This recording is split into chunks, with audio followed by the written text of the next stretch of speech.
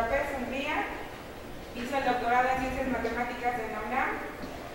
Sus temas de interés son gráficas, combinatoria, periódica de números. Pertenece al Sistema Nacional de Investigadores y a nivel 2. Y ha hecho estancias en Barcelona, en Argentina. En Barcelona estuvo en la Universidad Politécnica de Barcelona y en Argentina en la Universidad de La Plata de Argentina. Y su hobby es viajar a Nueva York y a París. Pues esta vez nos va a platicar de torneos con mucha simetría. Gracias, Donaid. Gracias a todos por venir esta tarde. Y lo primero que quiero es agradecer a las chicas que organizan este seminario ya unos cuantos años. Me da gusto que se hayan mantenido durante todo este tiempo y que se sigan manteniendo. Y agradezco mucho a las chicas que mantengan el seminario y que pues haya gente con interés. Bueno. Voy a hablar de uno de los temas que más me interesan a mí, de las cosas que he trabajado muchísimo en torneos.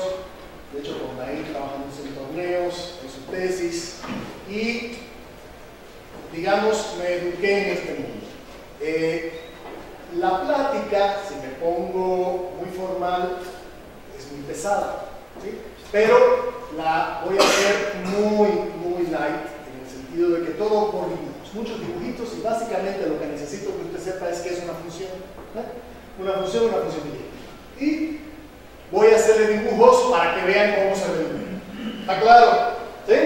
Y entonces le voy a dar de alguna manera un sabor de qué es este mundo y qué problemas hay, qué problemas había, qué problemas se han resuelto y qué problemas qué interesantes. ¿Sí? Entonces, yo me imagino que como este seminario he visto aquí pasar a muchos colegas, amigos de teoría de gráficas, del mundo de combinatoria, pues ya más o menos muchos de los que han participado aquí sepan lo que es una gráfica. Pero de todas maneras, aquí tengo una definición, ¿sí? De hecho, esto es una definición muy informal y más que eso, pues mejor un dibujito, ¿no? Una gráfica, pues es una colección de puntos que usted pinta, por ejemplo, en el plano y ciertas aristas entre esos. No necesariamente todas las aristas, no necesariamente una única arista entre vértices. ¿Sí? En general una gráfica puede ser casi cualquier cosa. A mí me interesan para esta plática gráficas que tienen, si existe una arista entre los vértices, esa arista es única. Y no necesariamente tiene que existir, como por ejemplo aquí, pues hay vértices unidos, hay vértices que no están unidos, miren que este vértice está aisladito, o sea, puede ser cualquier cosa. Entonces, una colección de vértices en el plano y aristas, las que ustedes quieran. Bien, de hecho, me interesan más que las gráficas, así en general me interesan las dirigidas. Y las dirigidas es simplemente ponerle orientación a las aristas. Aquí hay un ejemplo del anterior, miren, orientaciones, de hecho podría ser de ida y de regreso, una flecha de ida y vuelta, ¿por qué no? Aunque para esta plática más adelante, justo esas no las voy a considerar. Me interesan para esta plática solo orientaciones en una dirección. ¿Sí? A eso le llamamos una gráfica dirigida en general. De hecho, si me pongo más formal, es una gráfica orientada, no dirigida, pero voy a usar y voy a decir que son gráficas dirigidas. Y, como les decía, nos interesan digráficas, gráficas dirigidas, sin flechas múltiples, no quiero que haya 2 o 3 flechas entre el mismo par de vértices, sin flechas de ida y vuelta, como la que puse ahorita no las quiero, y además, como escribí aquí, una pieza, conexas, o sea, las veo y no hay nada que esté separadito, ni vértices aislados, ni la pueda separar en 2 o más copias. ¿Está claro? Está todo pegadito, de alguna manera. A esas gráficas se llaman orientadas, simples, conexas. Les dije, como hace un ratito, voy a usar el lenguaje, me voy a referir a gráficas dirigidas, y esas dirigidas son en general con todas estas restricciones que puse. Por ejemplo, esta es una. Esto es una gráfica dirigida, ¿sí? Como las que quiero. ¿Sí? Si existe una flecha entre dos vértices, solo existe en esa dirección y no hay de regreso, ¿sí? Y puede no haber, como en este caso. Esto es una digráfica en general. Y pues quiero hablar, esto es una definición muy formal, pero quiero hablar básicamente, cuando uno tiene dos objetos pintados en el plano, muchas veces piensa, cuando los mira por primera vez, que no son, de alguna manera, evidentemente no son iguales, porque no se ven iguales, pero podría pasar que representen el mismo objeto. Si se cumple esta noción que voy a dar aquí, isomorfismo viene de mismo, morfismo, forma, de la misma forma, representan al mismo objeto, lo único que se pueden ver de distintas formas, los pinté de distinta manera, ¿sí? Pero si yo puedo pasar de uno al otro de esta manera, y eso lo vamos a ver mejor en un dibujito ahorita, pues básicamente son dos dibujos de un mismo objeto, y se llaman, no son iguales, pero son, ¿sí? Y básicamente lo que vamos a hacer es dos digráficas, dos objetos, donde B denota los vértices, F las flechas, ¿sí? Y tenemos dos tipos, ¿no? Y entonces, pues, eso es una definición muy formal, pero básicamente lo que dice es, puedo poner en biyección los vértices de una con la otra. Biyección es una función que manda vértice en exactamente un vértice. Y además, como yo siempre digo en clase, hay un acoplamiento, hay un emparejamiento entre los vértices de un conjunto y de los otros. Emparejamiento en el sentido de que cada oveja con su pareja y no hay orgías ni nada que usted se imagine, ni tríos, ni cuartetos, nada. Cada oveja con su pareja la actividad. Eso es una biyección, digamos simplemente, inclusive si el conjunto fuera infinito, aunque aquí vamos a trabajar con conjuntos finitos. Y lo único que quiero en este tipo de objetos es que además de que tenga esa función biyectiva, se preserve la orientación. ¿En qué sentido? Si yo tengo un par de vértices y hay una flecha de este vértice a este, cuando yo pase por la biyección a dos vértices cualquiera, este va en el mismo sentido, F de el primero va al F del segundo. O sea, la orientación se preserva. Y eso lo que me dice es que básicamente estoy trabajando con el mismo objeto en dos dibujos distintos. ¿Sí? A ver, un ejemplo, aquí voy a traer uno. Vamos a usar esa notación, que es una notación usual, esa. Y, pues, a ver, este ejemplo, ¿sí? Que es como mejor se ve. Ahí ven lo que les decía, ¿no? Parecería que este par de digráficas fueron distintas, ¿no? De hecho, son distintas, no se ven iguales. Sin embargo, si usted enumera, así yo enumeré 1, 2, 3 hasta el 6, y allá con letras A, B, C, D, F, y puedo, aquí no se va a ver muy bien, ¿sí? Está en azul claro, pero si usted se fija, ¿sí? Miren, del 1 al 3 hay una flecha, ¿verdad? ¿Cuál es la imagen del 1? Miren, con la flecha azul va a la A, con la flecha azul va aquí a la C y hay una flecha de A a la C. Si usted comprueba, todas las flechas de aquí, las que están en negro, se preservan en la imagen. A eso me refiero con preservan las licencias. Entonces, esto, aunque parezca distinto, representa el mismo objeto. O sea, estas dos gráficas, aunque no están dibujadas de la misma manera, son la misma, ¿verdad? Son el mismo objeto. Representan el mismo objeto. Son isomórficas en ese sentido. Y de eso se trata esta plática, de cómo ver objetos que parecen distintos, ¿sí? Distinguir quiénes son, ¿sí? De la misma, o forman un isomorfismo, representan a la misma estructura. A ver, pues, de hecho, aquí les puse, fíjense que esto todo es formal, aquí ya está formalizado, y aquí dije que un isomorfismo de una gráfica en sí misma, porque yo puedo mandar una dirección en los vértices de ella misma y presentar adyacencia, se llama automorfismo, auto de isomorfismo en sí mismo. ¿Sí? Por ejemplo, aquí pues, puse dos digráficas de las que me interesan más adelante en torneos, que pues si las distingo los vértices, de este lado los puse en negro, de este lado en verdes, Y miren las flechas, ¿se ven las flechas verdes? Verdes fosforescente. Pues eso que está ahí es básicamente un isomorfismo de una gráfica en sí misma. De hecho, se puede probar que esta gráfica lo único que hice fue mover tantito las flechas. Aunque esencialmente esta y esta no son iguales, no son exactamente iguales.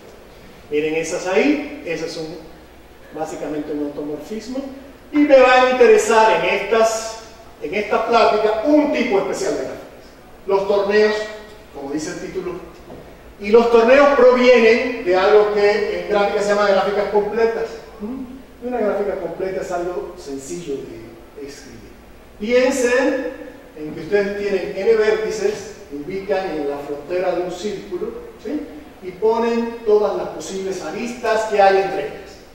Por ejemplo, miren, este es K1, las voy a denotar como K1, K2, Kn. K1 es un punto, pues no tiene aristas, no hay aristas que poner entre ellos. K2 son 2 puntos y nada más hay una arista entre ellos. K3 son 3 puntos y nada más puedo poner 3 aristas, ¿verdad? Y ya con K4 pues tengo el cuadrado o el cuadrilátero ese que está ahí y las diagonales, ¿no? Y en K5 tengo un pentágono y las 5 diagonales, y en K6 tengo un hexágono y todas sus diagonales se hacía la eternidad, ¿verdad? ¿Sí? Imagínense que tienen n vértices en la frontera de un círculo y ponen todas las. Ese es el polígono y todas las diagonales posibles. ¿Sí? A esas las llamamos completas y de las completas surgen los torneos. ¿Qué voy a hacer? ¿Cómo definimos un torneo? Y después les voy a decir de dónde viene la palabra torneo, además. Un torneo simplemente es una orientación de la gráfica. ¿Por qué razón? Porque, aquí les pongo unos ejemplos, miren, ¿sí? Yo puedo, por supuesto, K1, se queda como K1 porque no tengo nada que orientar, no hay arista, ¿verdad? Pero fíjense, esta la puedo orientar de aquí para allá y de allá para acá. ¿Sí o no? Sin embargo, ¿estas dos son isomorfas o no? Fíjense que puedo mandar este vértice en este, y este vértice en este, y estas dos gráficas resultan ser isomorfas. En K3, miren, tengo dos tipos. Si usted se fija con calma, esta es esencialmente distinta de esta. Yo voy a poder hacer una inyección de manera que se preserven ambas. Estas son dos orientaciones distintas de K3. Ojo. Fíjense que si yo tengo un triángulo, como en este caso, cada arista la puedo orientar de ida o de regreso, ¿verdad? Y tengo dos orientaciones por cada arista o no. ¿Sí? Y si multiplico 2 por 2 por 2 por 2 por el número de aristas, tengo 2 elevado a el número de aristas, ¿verdad? O sea, ya ustedes saben que la exponencial 2 elevado a lo que sea a n es un número muy grande. Cuando n crece, ese número es gigantesco. O sea, que torneos, cuando subo tantito el número de vértices, por ejemplo en 5, ¿sí? Miren, aquí puse muchas orientaciones distintas de K4 y de K5. En K5, ¿cuántas aristas tengo? 10, ¿verdad? 5 de las que están en la orilla, de las que unen los vértices, y las diagonales 5 más, ¿no? 10. Pues ¿cuántas orientaciones esencialmente tengo? 2 elevado a la 10, ¿no? Porque cada arista la puedo orientar de dos maneras posibles. 2 por 2, 10 veces, ¿no? Y 2 a la 10 ya es un número bastante grande, ¿verdad? ¿Sí? 1024. 1024 torneos. Y ahí es donde surge la pregunta. ¿Y serán todos distintos? Pues esencialmente eso es lo que vamos a ver, que no todos son. Hay muchos que los pinté de otra manera, les di otra orientación, pero puedo ponerlo en inyección con alguno que está en su orientación. O sea que no todos representan algo distinto. O sea que no tengo 2 a la 10 torneos esencialmente distintos con 5 vértices. ¿Se imaginan que si tengo 100 vértices, 2 a la 100, yo creo que no alcanzan las estrellas del universo? De hecho, 2 a la 17, que teníamos un problema que estábamos trabajando cuando Nair hacía su tesis, vimos que era un número y eran solo de cierto tipo. Los torneos de cierto tipo que tenían 17 vértices eran 2 a la 17 en 2, eran más grandes. Bueno, esos con 17 vértices ya no alcanzaban las estrellas del universo. O sea, significa que estas estructuras crecen de una manera increíble y pues evidentemente hay que buscar métodos para estudiarlos de manera tal de que uno se tenga que echar, ¿sí?, todas las estrellas del universo, no hay vida que alcance, ¿verdad? Bueno. Entonces, esta plática se trata de cómo lidiar con ese mundo de tanta gente en el mismo barco y pues podré como que despejar un poco. Representa esta clase, es como seleccionar presidentes de una comunidad o jefes de una comunidad, ¿verdad? De manera tal que él representa a todos porque él es un isomorfismo. De eso se trata, clases de isomorfismo. O sea, es el número que representa aquí, cómo lo puedo calcular, si lo puedo calcular. Bien. Pues de eso se trata este mundo. Aquí quiero hablar, esto sí, quizás algunos, si hay chicos de computación, de matemáticas, por supuesto, que han visto las operaciones módulo n. Pero les voy a decir básicamente qué significa. Módulo n, ¿sí? Si yo tengo, aquí lo escribí con grupos, nada, piensen en un número natural n, ¿sí? Digamos, para que tenga gracia mayor igual que 2. Y entonces piense que cuando usted va a sumar, que es lo único que nos va a hacer falta en este caso, sumar y multiplicar. Sumar dos números, pues si me paso de n, por ejemplo 6, ahorita les voy a poner un ejemplo, si tengo 6, el número 6, y yo quiero sumar módulo 6, 2 más 5, 2 más 5 es 7. 7 se pasa de 6, ¿verdad? Bueno, como se pasa de 6, la regla dice que cuando uno calcula la suma módulo 6 es el residuo de la división por 6, y el residuo de la división entera por 6 es 1, ¿no? Pues módulo 6 en este conjunto, 3, como le dije, 2 más 4, 2 más 5 es 6. 2 más 5 no es 1, es 7 con 1. Si da lo mismo, si tengo 6 y 2 más 6, pues 2 más 6 es 6, 6 entre 6 es 1 y sobra 0, pues 2 más 4 es 0 módulos. Entonces, básicamente, para aquellos los que no han visto, yo sé que en ingeniería muchos no han visto quizá los módulos, para que tengan idea de qué se trata este mundo. Pero aquí lo van a entender muy fácilmente porque lo que voy a hacer es jugar con eso en gráficas. Bueno, pues aquí van a ver unas cosas horrendas, ahora sí que feas, pero mejor que esto, déjenme explicarle la idea de que es un torneo. Un torneo, ya vimos, es una orientación de la gráfica completa, pero un torneo de cierto tipo muy especial, circulante. Circulante porque circula, rota, ¿verdad? ¿Por qué? Entonces, esto no me interesa tanto, ni esto tampoco, esto para que vean ejemplos, pero eso no es lo que quiero, estos son los que me interesan, ¿sí? Y entonces, déjenme ver un ejemplo para ilustrar la definición. Me interesa más que se lleven las ideas que las definiciones exactas, digamos, matemáticas. A ver, ¿qué es un torneo circulante? Es un torneo circulante, es un torneo, o sea, es una orientación de la gráfica completa, pero con ciertas particularidades. Voy a tomarme los vértices de tamaño n, el que usted quiera, n, ¿sí? Pero voy a pensar ese torneo, lo voy a pensar como los residuos módulo la suma de n. Dicho de otra manera, si digo que n en este caso es 9, pues voy a tomar, cuando usted divide por 9 enteramente, pues usted puede concluir fácilmente que los residuos posibles son 0, si el número es divisible por 9, o 1, o 2, o 3, o 4, o 5, y hasta el 8, ¿no? ¿Sí? Esos son todos los residuos posibles que yo tengo de la división entera por 8. Por 9, perdón. Y pues voy a ubicar esos residuos. Miren, ahí 0, 1, 2, 3, 4, 5. ¿Sí? Y entonces voy a definir algo que se llama saltos. Los saltos, para definir ese torneo. ¿Y quiénes son los saltos? Pues son números, en este caso, fíjense, estoy tomando un número impar, 9. 9 menos 1 es 8, entre 2 es 4. Voy a tomar 4 numeritos que no sea el 0, ninguno puede ser 0. Ya verán ahorita por qué. Y voy a tomarme 4 números. Menos 1, el número de vértices. Menos 1 entre 2, ¿verdad? Me voy a tomar 4 de forma tal que esos 4 pueden ser cualesquiera siempre y cuando ningún par de ellos, cuando yo los sume, me dan 9. O sea, que ningún par de ellos sumado me da 0 módulo 9, ¿verdad? Fíjense, el 1 está, no está el 8. Porque 1 más 8 es 9 y me daría 0, ¿no? Está el 3 y no está el 6, porque 3 más 6. ¿Sí?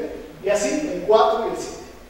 ¿Está claro? Ahorita les digo para qué sirve así. Bueno, y entonces voy a hacer una cosa. Voy a poner una flechita del 0 al 1, como está ahí, del 0 al 3, del 0 al 4 y del 0 al 7.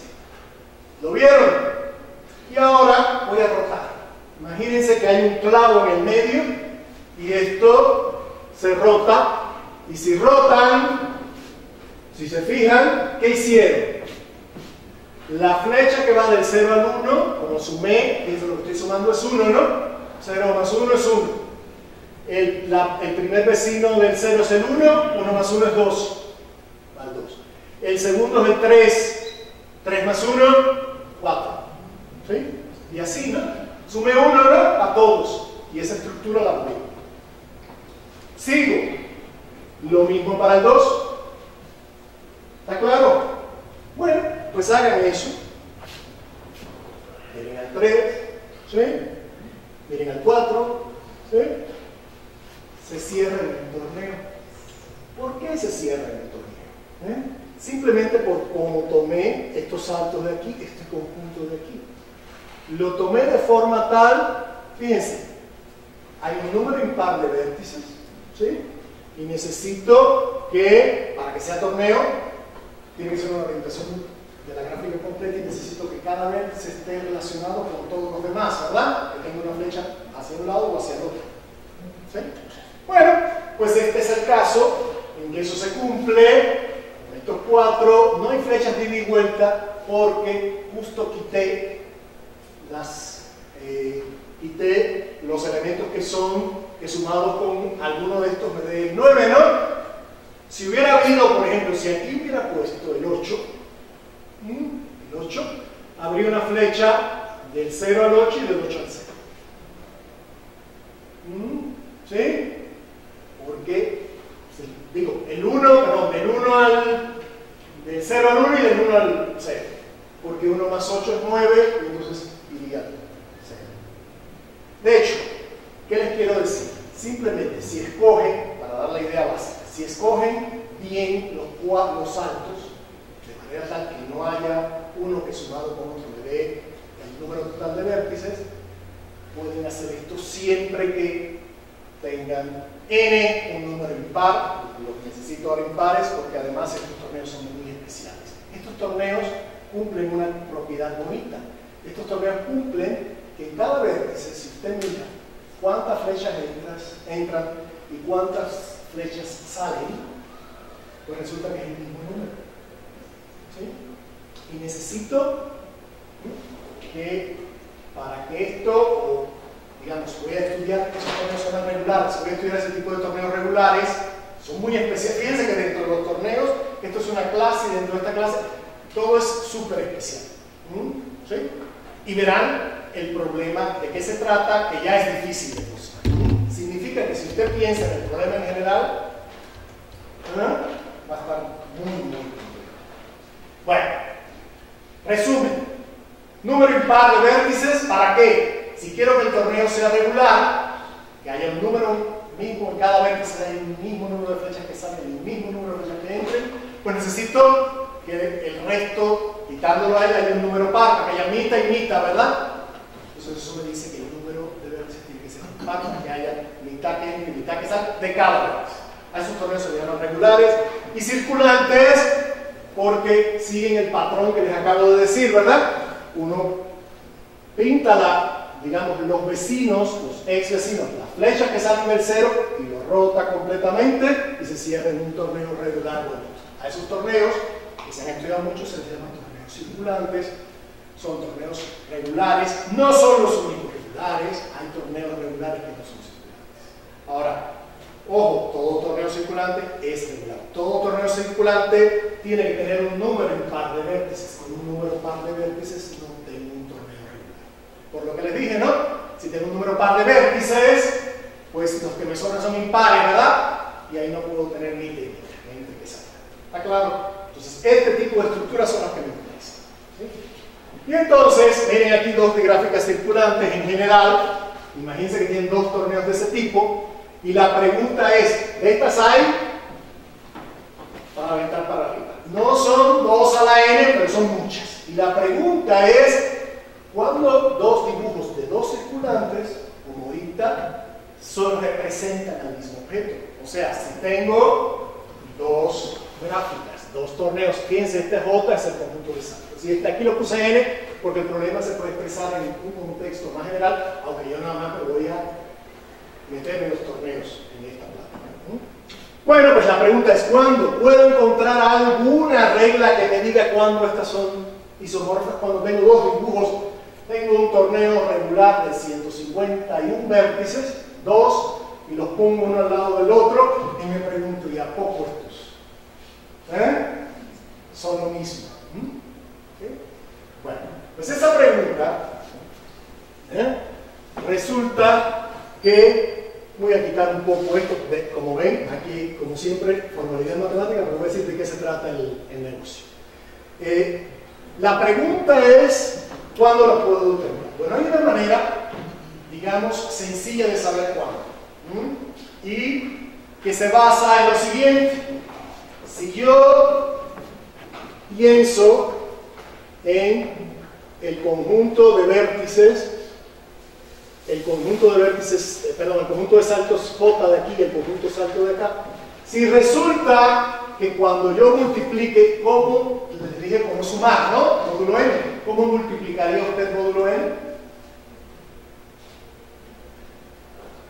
Por ejemplo, en 6. Si yo les digo, multiplique 3 por 5, 15, como se pasó.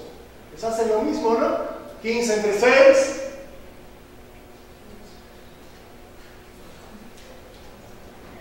Jóvenes, le voy a poner 0 a todo el mundo. Ya tienen que vengo con el 0 colgando de mi grupo.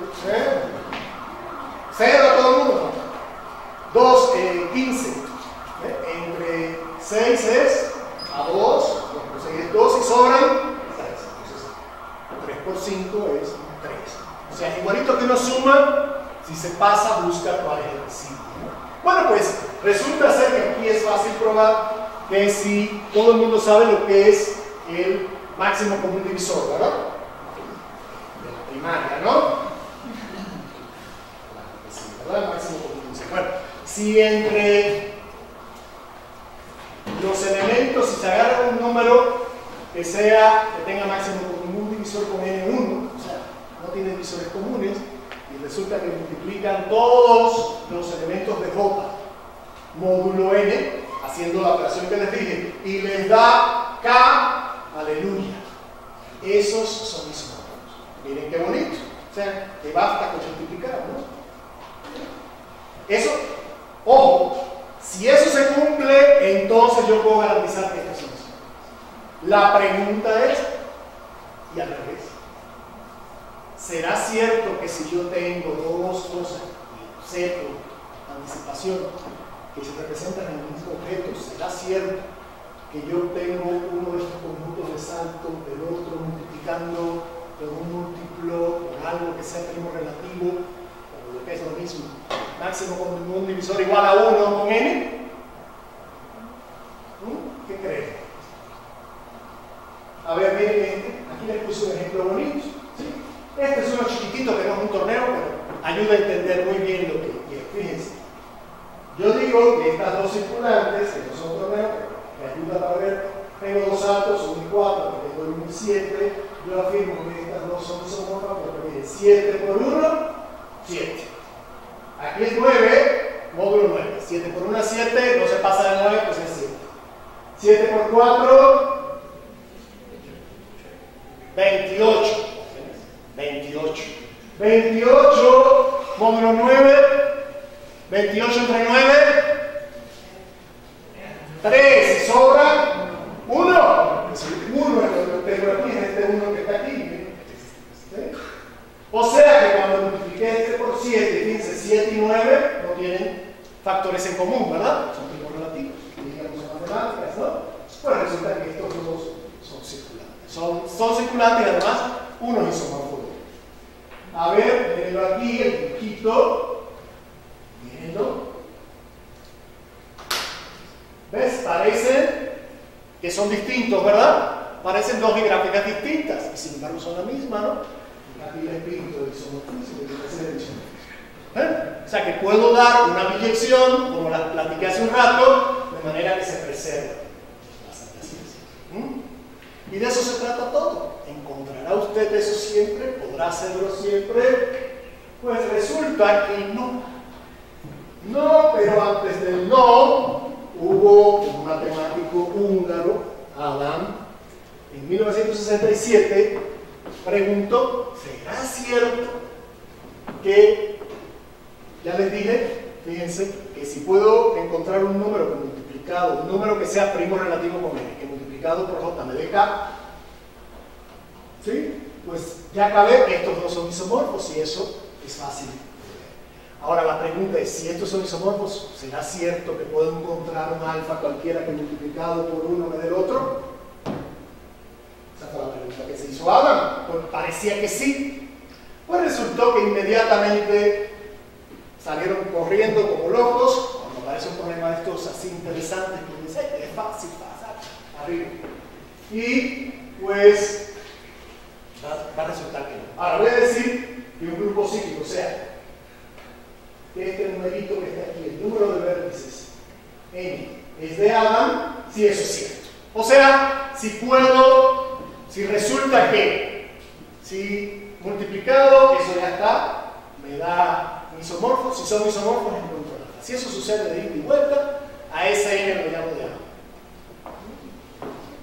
Y la pregunta es, ¿cuáles? Bueno, pues fíjense, miren, el problema apareció en 1967 y ya en el 67 apareció este señor Turner que dijo, ¡ay, sí! Si tengo un número primo P, pues resulta que esto siempre es simple. O sea que va de ida y vuelta. ¿Sí? Que con los primos, ya ven que los primos son bonitos y muy difíciles, ¿no? Pero en este caso se comporta muy bien. P, si P es primo, pues si aquí pongo un número primo, da lo mismo, lo pongo aquí J y K, porque esa J y K funcionan fantásticamente bien. Muy bien, inmediatamente aquí Turner siguió, ya se clavó en el problema, ¿sí? Con matemáticas y EPAS en el 68 encontraron que siempre que no. Y el ejemplo es pequeñito, no trivial, pero pequeño, tiene 8 vértices. Mírenlo aquí, ¿sí? Y lo que hicieron fue, consideren, de hecho ahora se los voy a pintar, creo que lo traigo de un lado. Consideren estas dos gráficas, miren, C8, 1, 2, 5, esta evidentemente no es torneo, esta es más chiquita, pero ilustra la idea. Después me voy a centrar en torneos. Miren, C8, 1, 2, 5 y C8, 1, 5, 6, pues uno puede encontrar la dirección, ahorita se las doy, y sin embargo, cuando usted multiplique cualquier, miren, aquí puse todos los números que son primos relativos con 8, o sea, los que no tienen factor común con 8, ¿sí? 3, 5 y 7. Bueno, pues con 3, 5 y 7 multipliqué y resulta que no dan estos, y sin embargo estos son isomorfos. O sea, que la conjetura de Adam, como la planteó, en el regreso no es cierto, ¿sí? ¿Y cómo se ven estos? Miren, aquí está el isomorfismo, de hecho creo que lo pinté sin para que lo vean mejor, en vez de darle todo el rollo de la fórmula, mejor les doy esto. Miren, ahí están del 0 al 7, porque estoy en 8, son los residuos, y el primero, pues como les pinté ahorita, ¿no? El 0 al 1, el 0 al 2 y el 0 al 5. Y acá el 0 al 1, al 5 y al 6. Y ahora, pues roto, ¿no? Como les dije hace un ratito, ¿no? Roto. yo tengo dos cosas que parecen iguales, son isomorfas, aquí está el isomorfismo, lo pinté en dos, porque ya con 8, fíjense que no puedo irme muy lejos y dibujar muchas cosas, porque inmediatamente se pierde uno. O sea, esto pasando de cualquier numerito ya dibujar casi no dice uno nada. Porque ya el dibujo se complica tanto, pues sí, bonito se ve, pero de aquí ya uno llevo años mirando esto y digo, pero por ejemplo, ustedes que lo ven por primera vez dicen, ¿qué es? ¿No? Pero eso pasa igual con todos, ¿no? Al principio, ¿y cómo saco? ¿No? Pues básicamente eso es lo que pasa, que cuando el número crece, pues ya ni dibujando no encuentra uno muchas cosas. Tiene que buscar otras técnicas, ¿no? Otras técnicas. Bueno, pues aquí hay un ejemplo, el primer contraejemplo que dijeron, no, pues no, Adam no. ¿Sí? Y entonces, pues, esta no era torneo, les dije, ¿no? ¿Por qué no es torneo? Fíjense que esta no es torneo, no es una digráfica, que es torneo, porque aquí falta flecha, ¿verdad? Y en un torneo tendría que haber flecha entre todos los vértices. Entonces esta no. Y entonces inmediatamente dijeron, pero ese ejemplo ¿y qué pasa en torneos? Inmediatamente se preguntaron, ¿no? Y pues resulta que en torneos tampoco. Y Alspach, un matemático canadiense, digamos, muy versátil, un señor que trabajó mucho en torneos y en este tipo de problemas de isomorfismo de torneos y isomorfismo de circulantes, encontró el primer ejemplo. ¿Sí? Y el primer ejemplo no está muy lejos, está en 9 vértices. ¿Sí? Y estos son 2 torneos.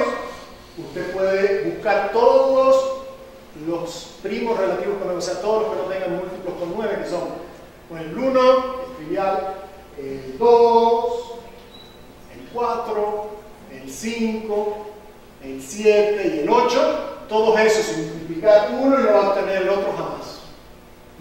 Y sin embargo, son isomorfos. Mírenlos aquí, pintados de una manera un poquito... Es el dibujo que mandé para que pusieran en el cartel. Este dibujo es simplemente porque estos torneos que están aquí, ¿sí? Se pueden dibujar así, unos triangulitos entre el 0, el 3 y el 6 y así. Y estas flechitas gordas, digamos aquí en naranja, significa que todas las flechas van de los vértices de este triángulo a los vértices. Ahí hay, por supuesto, 9 flechas, de 2 al 6, de 2 al 0, de 2 al 3, todas. Entonces, si les pinto, no van a ver nada. ¿Están de acuerdo, no? Entonces, pues ese torneo se puede pintar así, y el otro así, y pues miren, aquí hay un isomorfismo, perdón, muy bonito, ¿sí? Y sin embargo, uno no se obtiene multiplicando. Por un múltiplo, o sea, multiplicar por alguien, multiplicar módulo 9 en este caso, multiplicar el módulo 9 por alguien que sea primo relativo, ¿verdad? Pues ahí está, fíjense qué bonito, ¿sí? Pues ese fue el primer contraejemplo, pues ya la conjetura no se cumple, pues ¿qué hace uno? Plantearse el problema más en general. Y el problema más en general fue, bueno, pues ya sabemos que no hay ni gráficas circulantes ni torneos, ¿sí? No todos los torneos, ni todas las gráficas circulantes cumplen. Pues la pregunta es ¿quién cumple y quién no? Inmediatamente en matemáticas, uno de los problemas clásicos es caractericen, ¿no? Dígame cuáles sí y cuáles no. Y a eso se dedicaron, ¿sí? Y empezaron. En 70 siguieron Elspach y Turner, siguieron y descubrieron, miren qué casualidad, que si se toman un primo al cuadrado, aquí no lo escribí, pero lo escribí, si se toman un primo al cuadrado, que sea par, recuerden que el primo 2 existe, ¿no? Que no sea el 2, ¿sí? Pues P mayor o igual que 3, al cuadrado significa 9, el siguiente primo es 5, 25, ¿verdad? El siguiente es 49, 7 por 7, ¿sí? 11 por 11, 121. En ninguno de esos, ¿sí? Siempre voy a encontrar un contraejemplo. Y el contraejemplo es un torneo con ese número de vértices muy especial. No les digo cuál, yo sé cuáles son, pero no quiero meterme en esa bronca ahorita. Son bonitos, digamos. O para un matemático que le gusta este programa, ¡ah, qué lindo! Bien. Jóvenes, McKee es un señor australiano muy simpático que yo conozco, que mantiene una base de datos que se llama Combinatorial Data en internet, donde se ha dedicado toda su vida a estudiar isomorfismos, qué gráficas, cómo pintar, y ha estudiado todo lo que uno se puede imaginar. Él tiene una página en internet que se llama así, Combinatorial Data, te ponen en Google Combinatorial Data y sale esa página donde vienen gráficas de todos los dibujos habidos y por haber, por supuesto que aguante la computadora, ¿sí? Y cuáles representan lo mismo, ¿sí? Y entonces, como se ha dedicado mucho a eso, pues Alpha en los 70s probó que todos son de Adam excepto el 8. Pero fíjense, el 8 tiene una propiedad. ¿Qué es el 8? 2 al cubo. Eso es muy común, que no gustan. El 9, 3 al cuadrado, y eso sabemos que no. P al cuadrado no. 16 también es un cuadrado, y es 2 a la cuarta no. O sea que como las potencias no les gustan. 25, 27 es 3 al cubo. Como que las cosas que están elevadas no les gustan para hacer Adam. O sea, para que cumpla la conjetura. 36 es 6 al cuadrado, evidentemente, ¿no?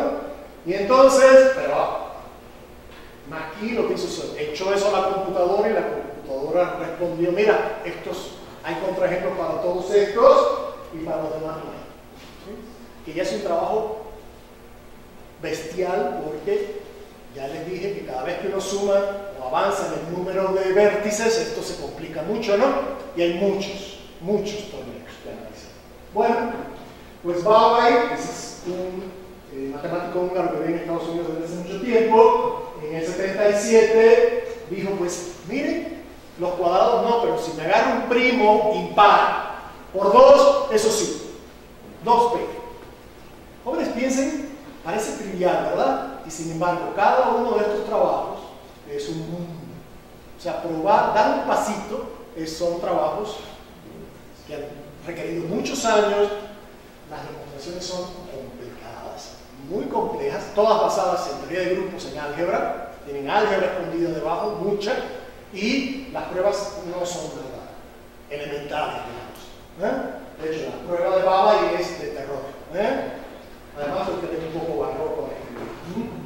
Luego, Alpha y Parsons en el 79 probaron que no solo 2 por P, sino P por Q.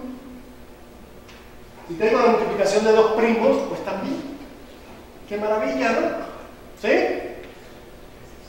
Goldstein en el 83 probó que hay 4P también. O sea, que no cualquier cuadrado, ¿no? Porque ahí arriba están los cuadrados, ¿no? Pero fíjense que no está el cuadrado, está desde el 8. Y 3 al cuadrado. Pero con 4 sí. Y finalmente, Musicchuk, en el 77, probó esto. Probó que la n es de Adam, o sea, se cumple el ida y vuelta, sí, solo sí. La n son del tipo K, 2K, 4K, donde K es cualquier cosa impar, el número impar que no tenga cuadrado, o sea, que no tenga algo en su factorización, no tenga un número al cuadrado o al cubo o la cuarta, a lo que sea, que no haya nada al cuadrado. Jóvenes, les platico esta prueba son muchas páginas y se usan, ya aquí ni siquiera alcanzó la teoría de grupos. Lo que hace falta son álgebras y ya la cosa se pone más difícil.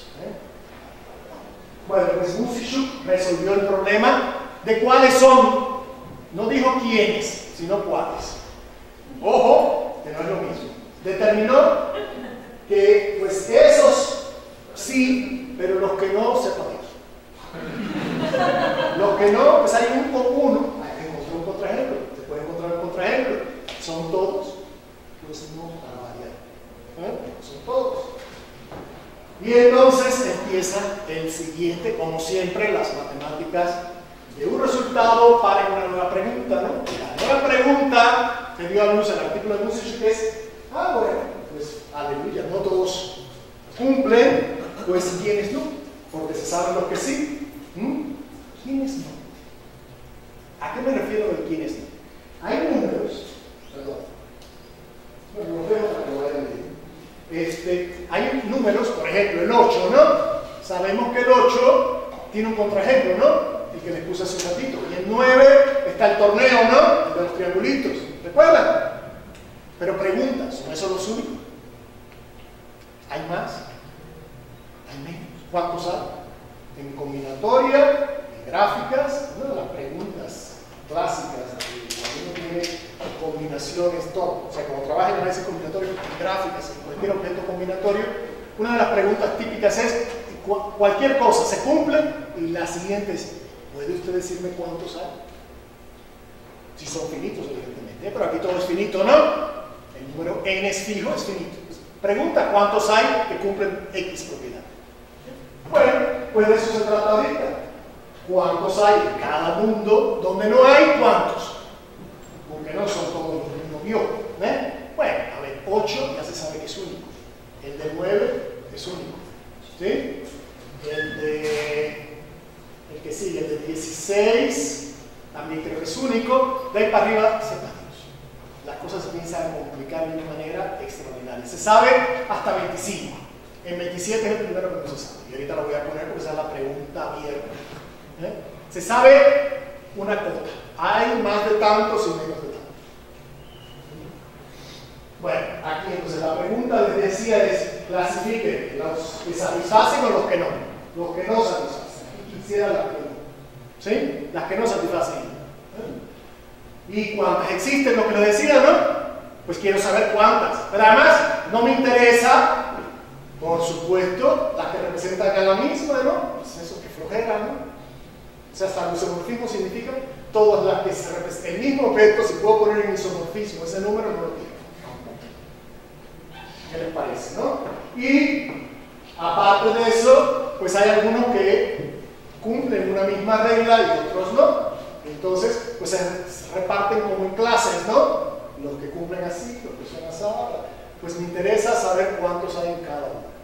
¿Y cuántas de esas hay? ¿Sí? Preguntas típicas de matemáticas. Jóvenes. Y más en el mundo de la combinatoria de gráficas, ¿cuántos? Bien, pues fíjense, ¿qué se sabe de contar? Pues ya también alfa, que les decía, ¿verdad? Ya le entró inmediatamente, ¿no? ¿Sí?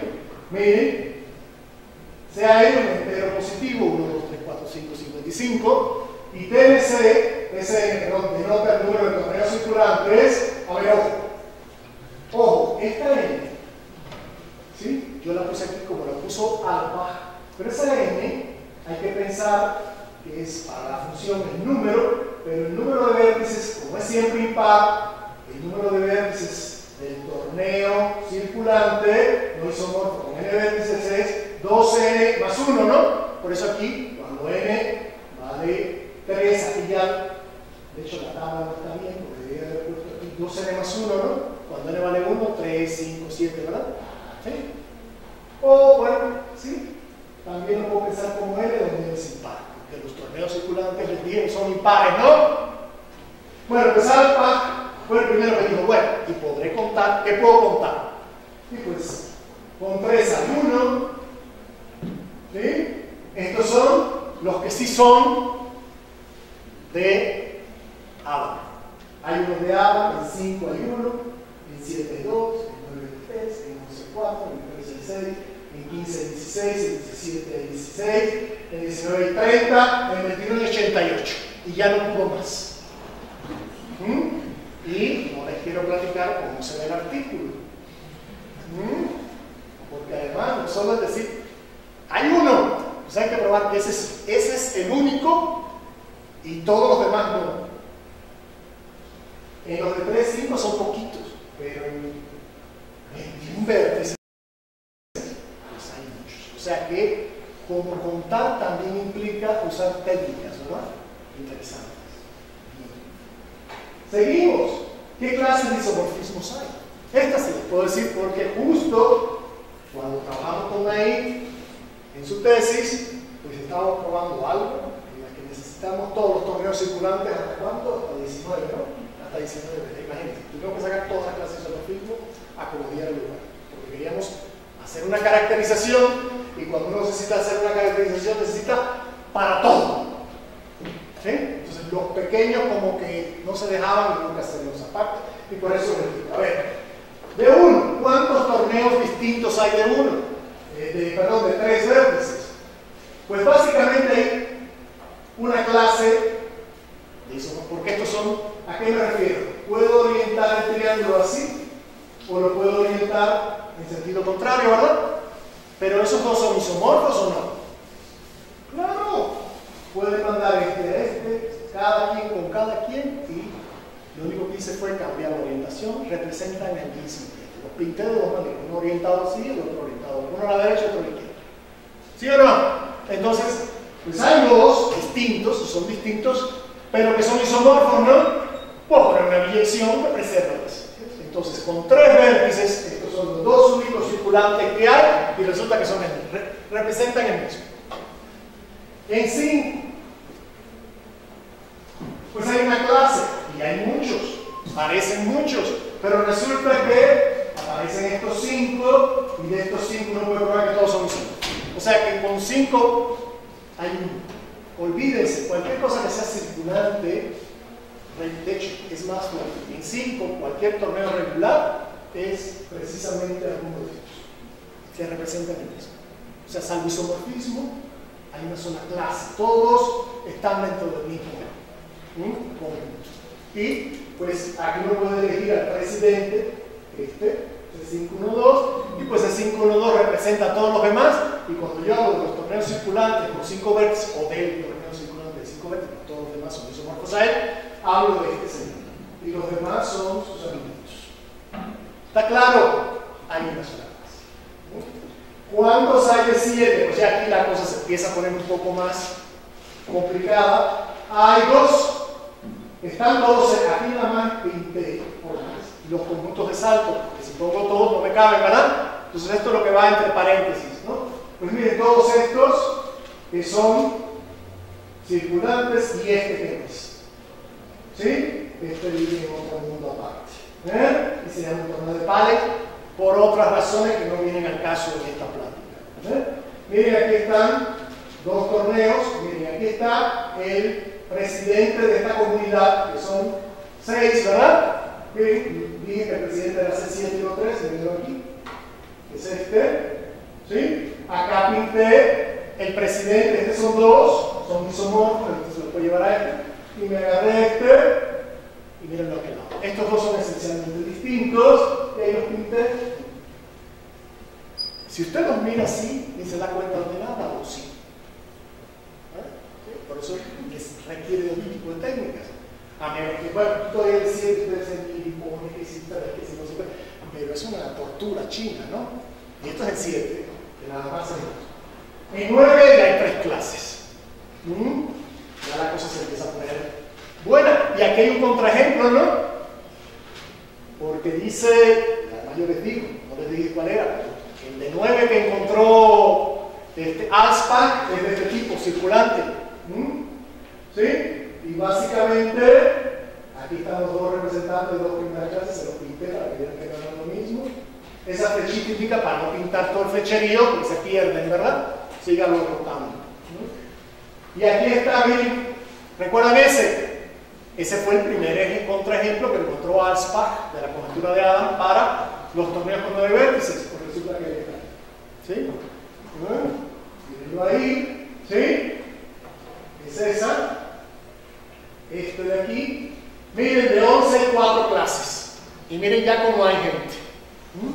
Las 4 clases están en las columnas. Y este es el presidente. Este es el presidente de esta clase, este es el presidente de esta clase, y así, ¿no? Esos son el presidente. Fíjense cómo la cosa se va complicando. Y solamente estoy con 11. Con 11 hay uno especial, que es el de Palek. Este lo pinté por todos. Con 13 hay 6 clases ya. Estos son los presidentes y este es cuánta gente hay en su clase. Pero aquí hay un contrario. En este. ¿Sí? ¿Por qué? Luego, miren, aquí lo pinté. Pues este resulta ser que es un subgrupo. Hay algo de álgebra allá adentro que dice, ay, no va a ser. Cocientes, en fin. Esto ya, digamos, de matemáticas hay alguien por aquí. Si hay alguien, ya vio su algebrita o no, ¿sí? El profesor Lalo que está aquí, que la algebrita. Bueno, y aquí están estas clases que ya las pinté. Bueno, vino otro señor en el año 2003 y completó más clases, ¿no? Se aventó otro trabajo, Gitzkowitz, en el 2003. Recuerden que hasta aquí llegaba la tabla de Alspach, hasta el 21.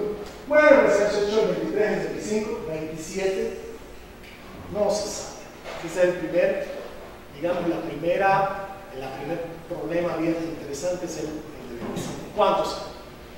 Se sabe, no me acuerdo si son más de 500, no sé cuántos, o más de, no, hay más de 200 y pico y menos de 500 y tantos. Cualquier número entre esa cantidad si usted puede, ¿no? Pero miren, se echó el 29, el 21, el 27, ¿sí? 43 ya lo supo. Es difícil. Y miren, en 47, 399.472. Esos son salvisomorfismos. Hay 399.472 presidentes como si fueran las mesas electorales, ¿no?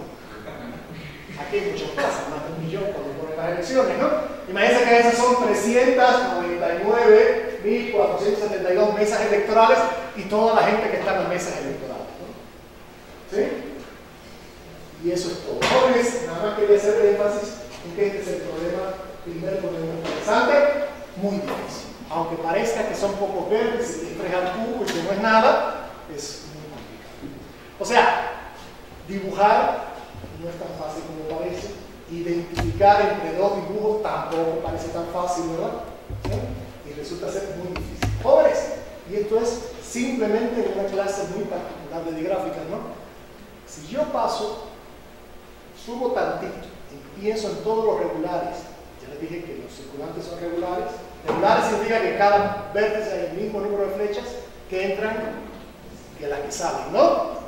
Si yo pienso en los regulares, que son los circulantes y muchos más, y me pregunto este tipo de cosas, el problema se pone terriblemente complejo, a punto de que pues, muy poco hay hecho.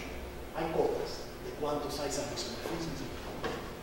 Entonces, este problema ilustra que parece algo sencillo, elemental, se puede explicar con relativamente pocos recursos. De hecho, aquí yo no me metí en nada muy sofisticado de matemáticas, pero el problema es muy difícil y demostrar algo, encontrar algo requiere de muchas técnicas muy complicadas. Y ahora sí, gracias por escucharme y por venir.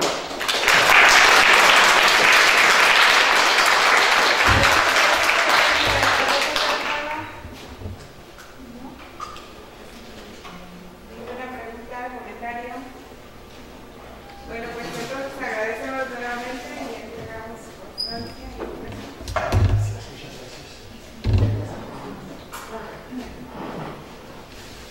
Bueno, pues nos vemos en las siguientes sesiones. La siguiente sesión